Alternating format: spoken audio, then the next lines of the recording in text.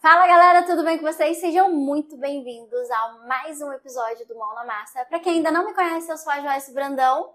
Eu sou a Marissa Carolina. E esse é o Mão na Massa de Coxa.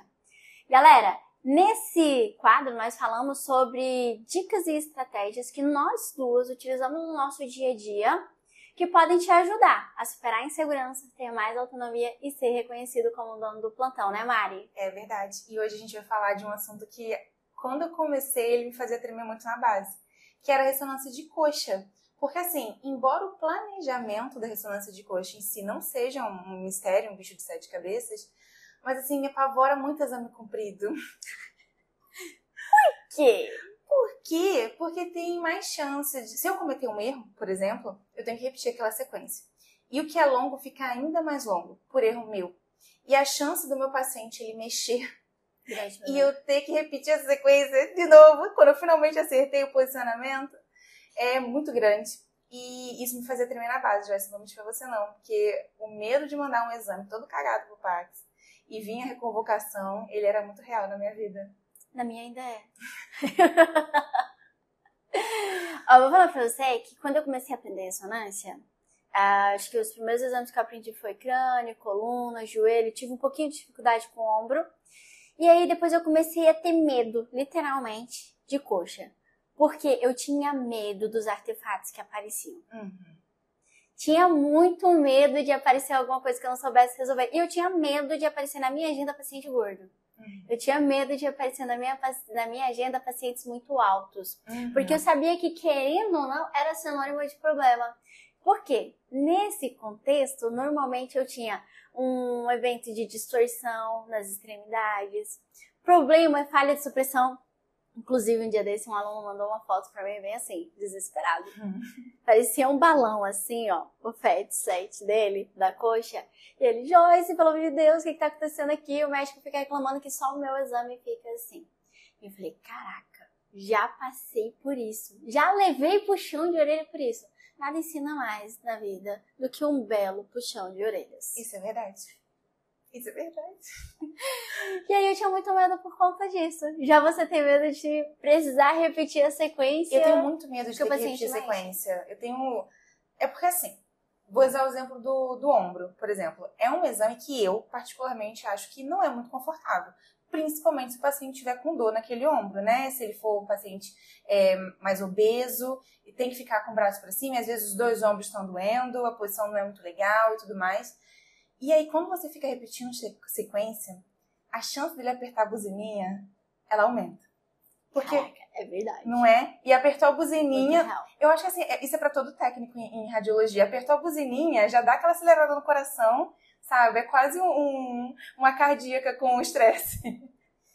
Mas é verdade. E assim, essa questão de repetição de sequência, ela leva o operador a sofrer de insegurança aguda. Não, muita coisa. Porque assim, insegurança, tipo, o que eu tô fazendo errado, né? Primeiro, se você não sabe o que você tá fazendo errado, aí o desespero bate e você fica cego na frente do computador. E quanto mais ansioso você vai ficando por conta da situação, menos você consegue enxergar as soluções. Tem esse problema também. Sim, aí você começa a repetir sequência. Aí quando você começa a repetir sequência, tem duas, na minha visão agora, assim, tem duas coisas que te atrapalham. Primeiro, a chance do paciente mexer, ou falar que não quer mais fazer o exame, e tudo mais, apertar a buzininha, ou então você atrasar a sua agenda. Porque assim, às vezes acontece de um exame no dia, você tem que repetir uma sequência ou outra por erro seu. Pode acontecer, ok. Agora, se isso já está acontecendo sempre, se são pequenos atrasos em todos os exames que você faz... No final do dia? No final do dia é uma agenda com 1 ou 2 horas de atraso. E aí, como é que você explica isso? Todo dia, no seu plantão... Não explica. Inclusive, eu tenho uma aluna, a Mariana, na verdade, que ela falou assim pra mim, Joyce, você não vai acreditar. A primeira perguntou pra mim por que no nosso dia a gente sempre vai embora e no dia que ela fica com outro colega, sempre atrasa. Aí eu, olha, tá surtindo efeito, né? Verdade. E as pessoas notam, né? Então, por que eu contei isso? Porque as pessoas percebem. Não, e outra coisa, tem uma diferença muito grande de quando você precisa repetir uma sequência porque é um paciente não colaborativo, que isso realmente está fora da sua ossada, e quando o erro é seu. Que isso aí pesa, né? Pesa na consciência, Sim. né? Fora o fato de que, assim, as pessoas percebem. Quem são as pessoas? A gestão, a equipe, a enfermagem que tem que fazer hora extra por sua causa. E eles não gostam. Então, se você dá um motivo, tá atrasando todo dia. De repente, você tá causando aquele atraso, não porque você quer. Ninguém causa atraso porque quer. Mas se você tá sendo o motivo daquele atraso acontecer, as pessoas... Recorrente. Que um dia na vida a gente vai ter atraso, porque a gente sabe que ressonância não é ciência exata. Né? Eu falo pra minha mãe, sabe o quê? Que, como é que é, gente? Eu falo que eu morro de ataque cardíaco na ressonância, mas não morro de tédio. Não. Porque todo dia é uma aventura. Eu olho a minha agenda, coluna, crânio, um joelhinho aqui pra dar uma emoção, vambora. Aí sempre tem uma emoção. Mas é desse jeito mesmo. E aí, o que acontece? Se as pessoas começam a perceber que tá virando um hábito no teu horário, aquela agenda ficar atrasada, as pessoas vão começar a pegar no seu pé. Chega o ponto de uma vez, uma pessoa falou bem assim pra mim, eu não sei qual é o problema de fulano, mas eu já reparei que toda vez que é cardíaca e pé, demora muito. Às vezes a máquina fica parada muito tempo. Olha só o gatilho. A máquina não deve ficar parada. Acho que essa foi uma coisa que você me falou no meu primeiro dia. Foi. A máquina que não para, tá? E eu, tá bom. Por que a máquina tá parada? A máquina vai parar. Mas o que seria da nossa vida se não tivesse um pouco de emoção? Enfim, se a máquina tá ficando em silêncio, o que a gente aprende desde sempre? Que a máquina fazendo barulho é sinônimo de produtividade. Nem sempre. Mas pelo menos pra quem é... Uma regra geral, assim. A gente tem que deixar a máquina funcionando pelo menos pra inglês ver. E eu percebo o seguinte, que quando a galera tá insegura, normalmente a galera fica com um pouco mais de tempo de máquina parada. E por que a gente vai falar, inclusive, de coxa hoje? Porque eu percebi que foi uma situação que aconteceu com você, uma situação que já aconteceu comigo, uma situação que aconteceu com um colega que mandou a foto, e a gente até discutiu isso em um dos nossos últimos eventos. O que acontece? 90% dos nossos problemas, eles estão ligados de forma direta ou indireta ao posicionamento do paciente.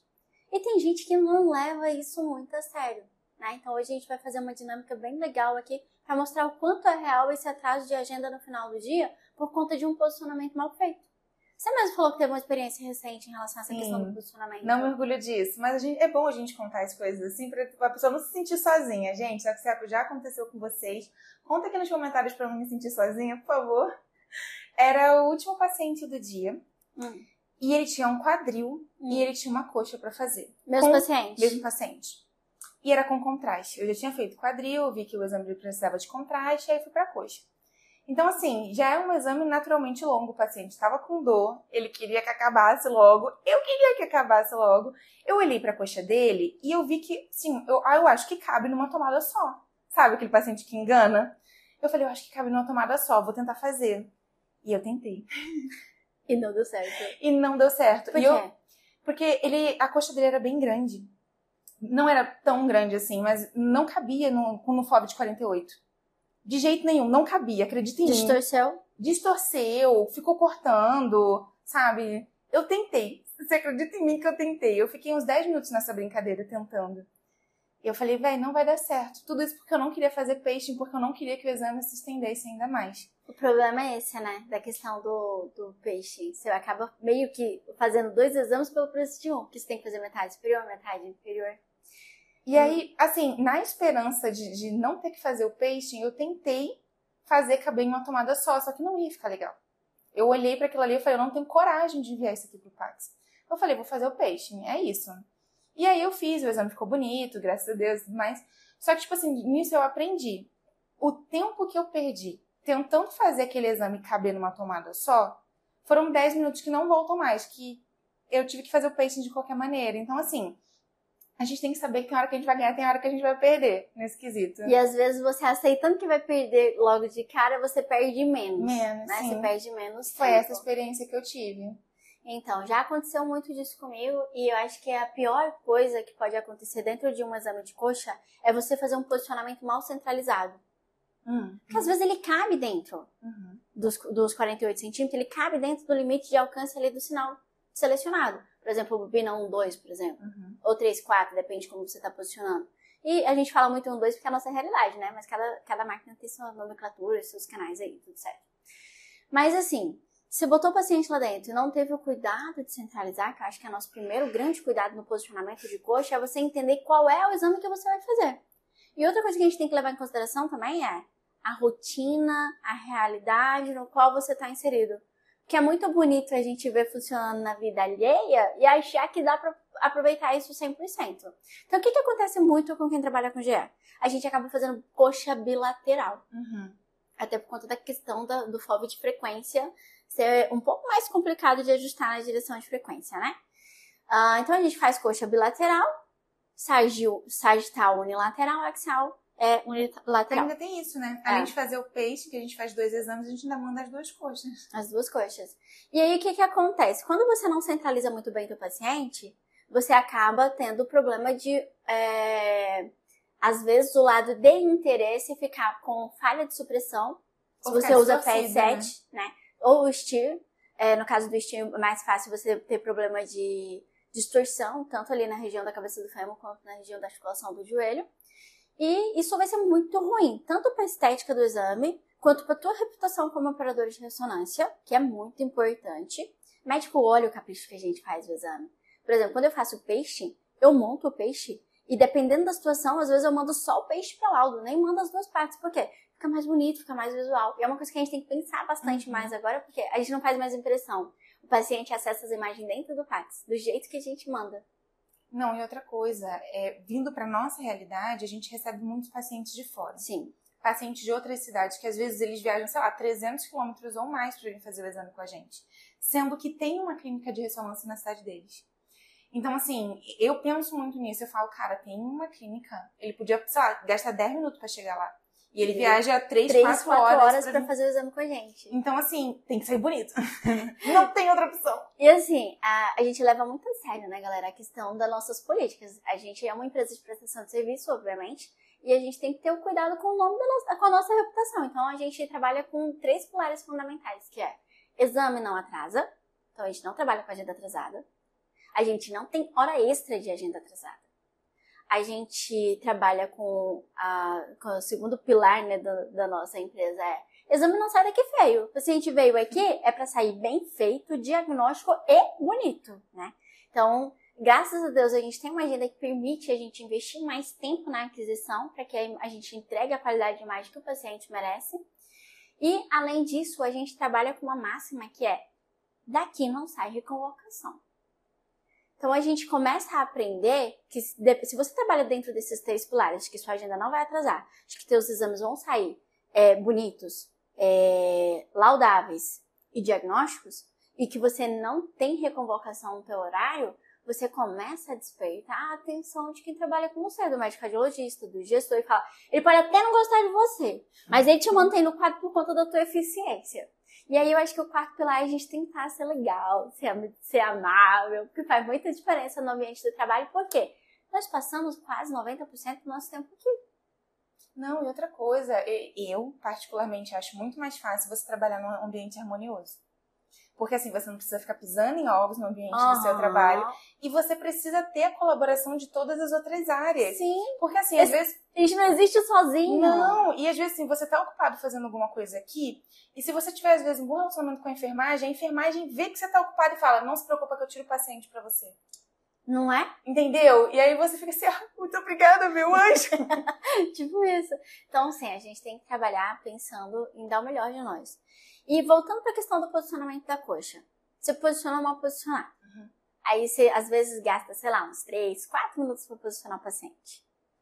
Aí você vem, faz o primeiro localizador e fala, eu acho que dá. Eu acho que dá. Ou tem pior, a pior do que você pensar, olhar pro negócio, ver que tá ruim e falar, acho que dá, é aquele colega que olha pro negócio e nem viu que não dá. Entendeu? Tipo, nem passou pela cabeça de que não pode dar. Não, e outra, já viu a pessoa que, tipo assim, viu que tá ruim aqui e fala, eu acho que se eu mexer nele de novo lá dá.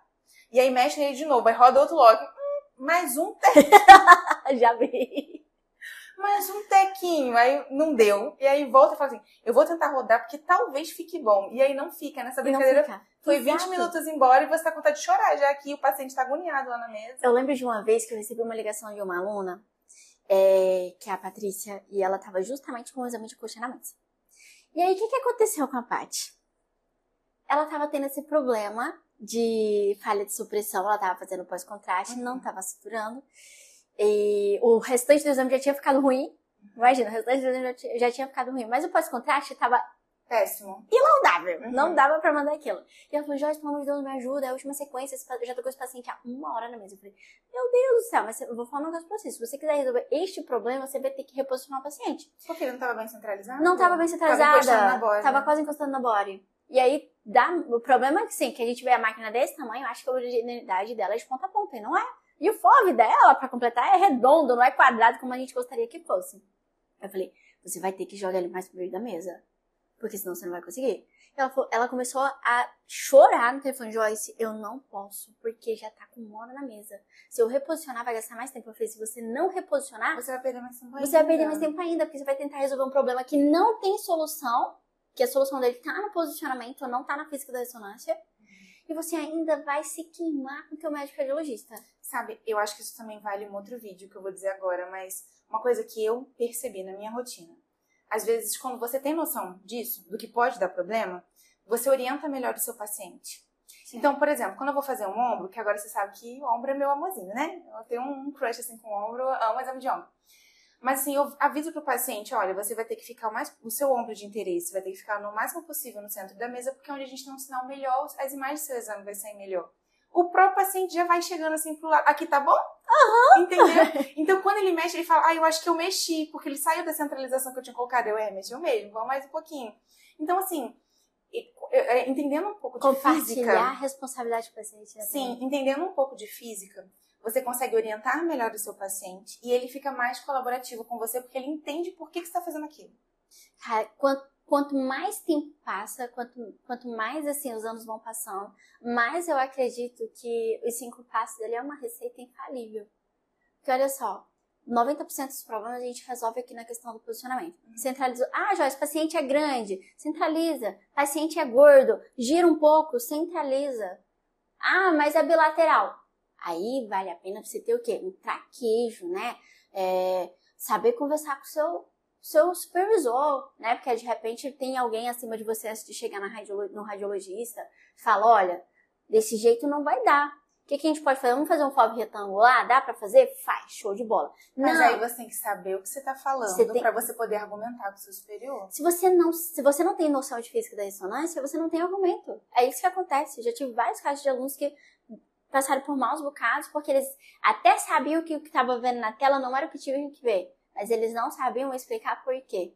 E aí fica a impressão de, você que não sabe mexer isso, na máquina. Isso, você não sabe mexer na máquina. Entendeu? Eu lembrei daquela história.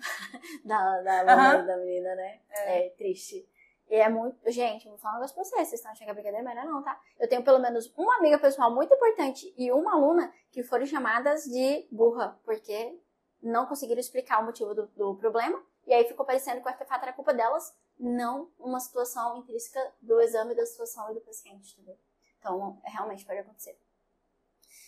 Mas assim, eu acho que a gente tem que mostrar na prática. Porque enquanto a galera não vê acontecendo, eles não acreditam no que a gente tá falando. Eu sou uma dessas pessoas. Tanto que eu dou muita cabeçada por conta disso. Bora fazer uma dinâmicazinha, então, para mostrar pra galera o quanto realmente o posicionamento é importante, não só para a qualidade de imagem, mas para o tempo de aquisição do exame. Se a agenda tá atrasando, o problema pode ser posicionamento do paciente. Bora lá. Então, vamos iniciar o nosso posicionamento, né? Primeiro passo do nosso exame. E a primeira coisa é orientar o paciente, né? Então, isso tudo custa tempo, presta atenção no contador do reloginho ali em cima. Que vocês vão ter uma noção básica de quanto tempo realmente custa um mau posicionamento.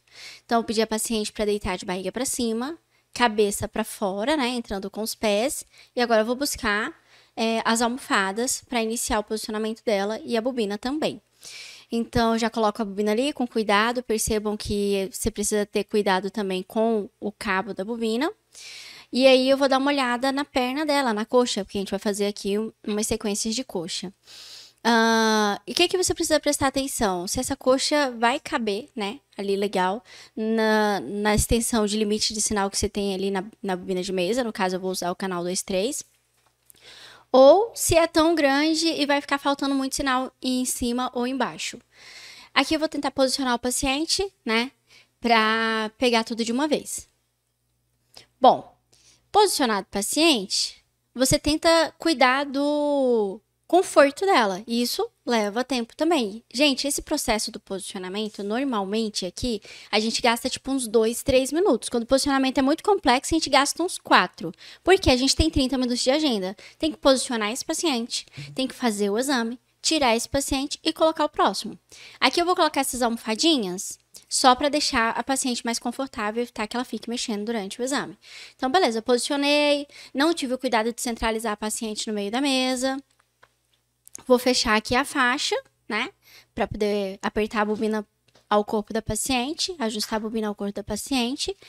E vou marcar esse exame. Vou centralizar bem no meio da bobina, que teoricamente tem que corresponder ao meio da minha estrutura.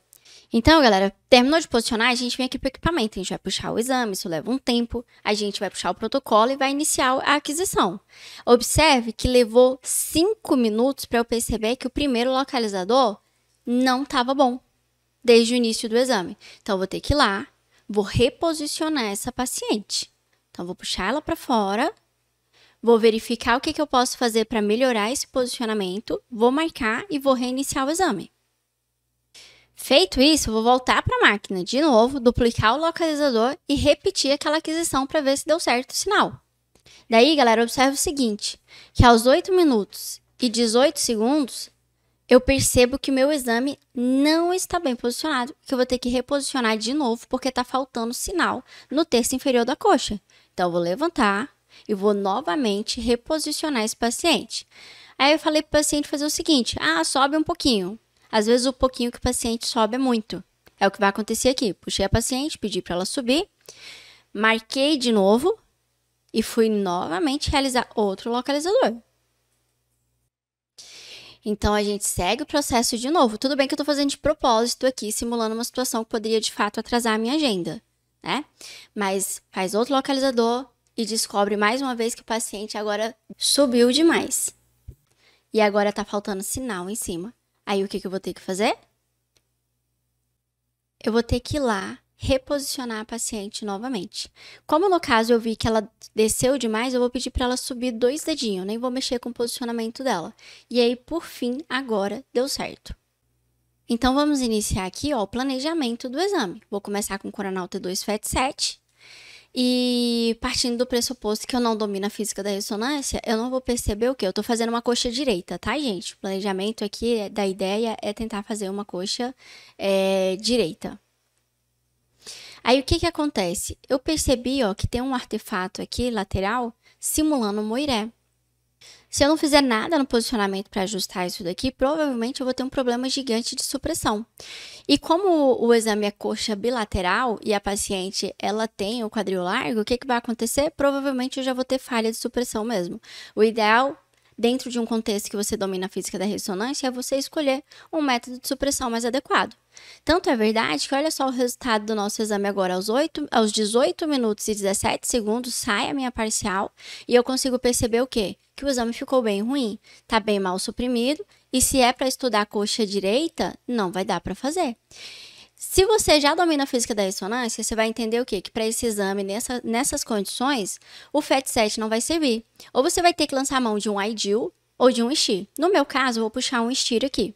Ao fazer o STIR, o que eu vou ver? Que a minha supressão agora é mais homogênea. Até por conta do design da sequência, por conta da forma em que eu consigo fazer essa supressão do gordura através do STIR.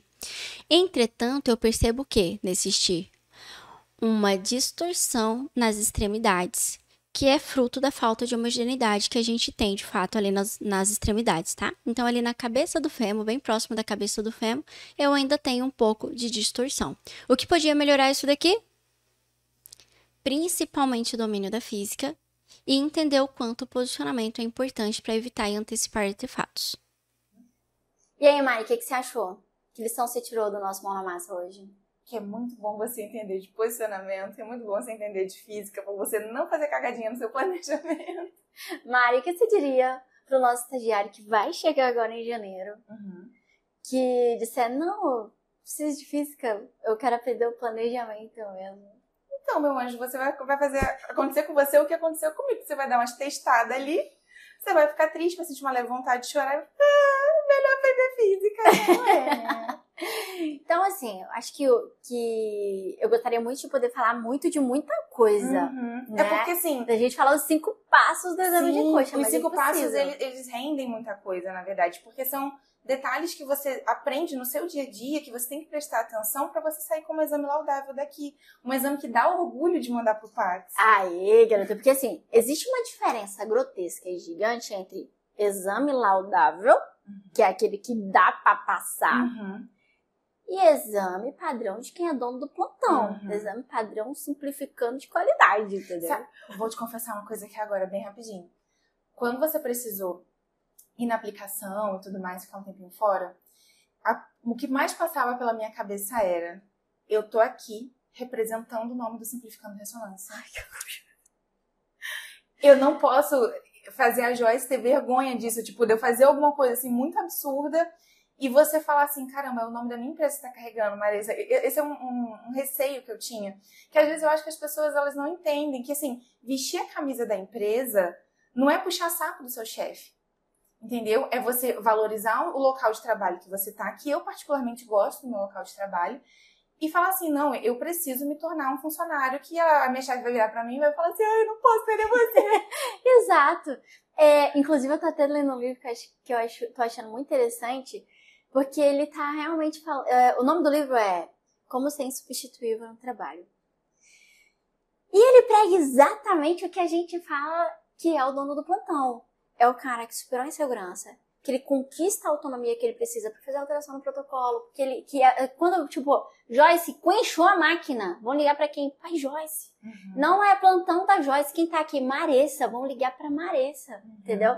Tipo, eu tô muito orgulhosa de você nesse sentido, porque enquanto você não é dono do plantão, eu vou pra casa e a galera continua me ligando. Joyce isso, Joyce aquilo.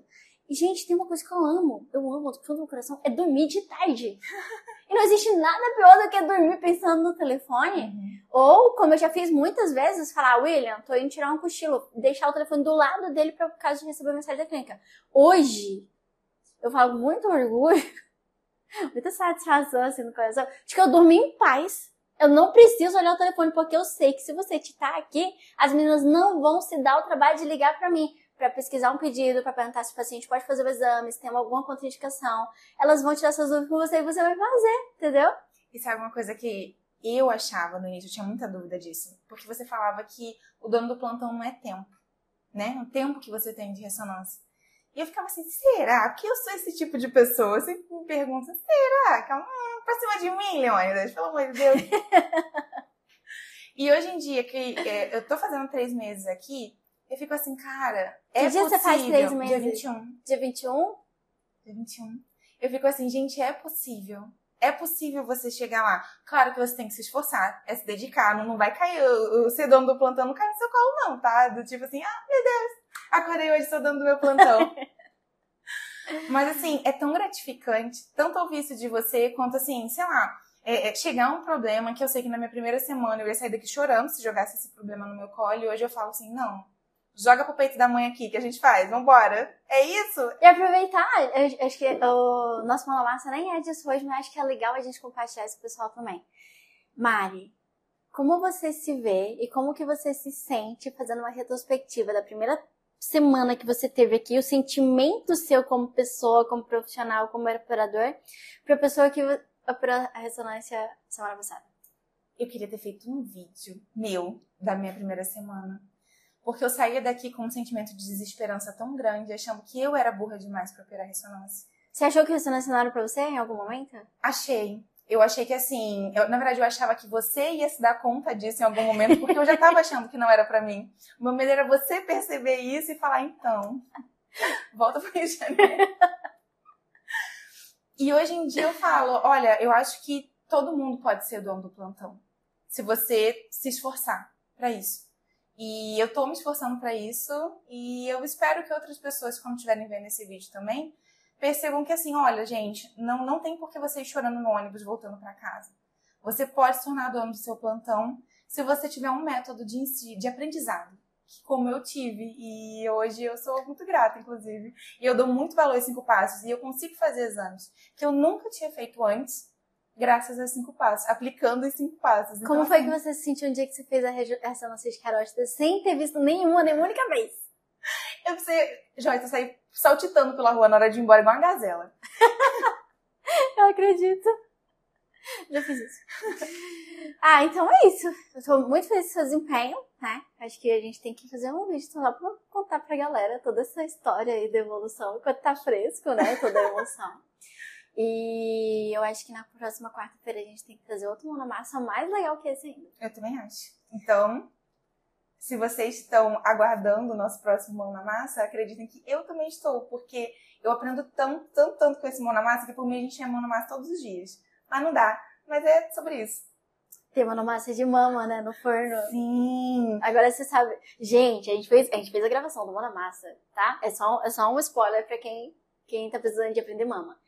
A Marissa recitou no final, de cabeça, o passo a passo pra fazer a saturação manual da mama e do silicone, gente. Nem eu faço isso. Eu não erro Eu sou mais. visual, vou vendo e vou lembrando o que tem que fazer. Não, ela falou assim, não, deixa eu só resumir pra ver se eu entendi. Ela foi falando, faz isso. Eu falei, Então vocês não podem perder esse Mão na Massa também. Ele tá muito bom. Se você tem alguma dúvida sobre mama com prótese, esse Mão na Massa ele foi feito pra você. Perfeito, assim, do início ao fim. Então é isso, galera. Se você ainda não curtiu esse vídeo, por favor, não esquece, não sai daqui antes de curtir esse vídeo. E a gente vai compartilhar muitas outras informações como essa. Então aproveita e se inscreve no canal se ainda não é inscrito e deixa a sugestão aqui.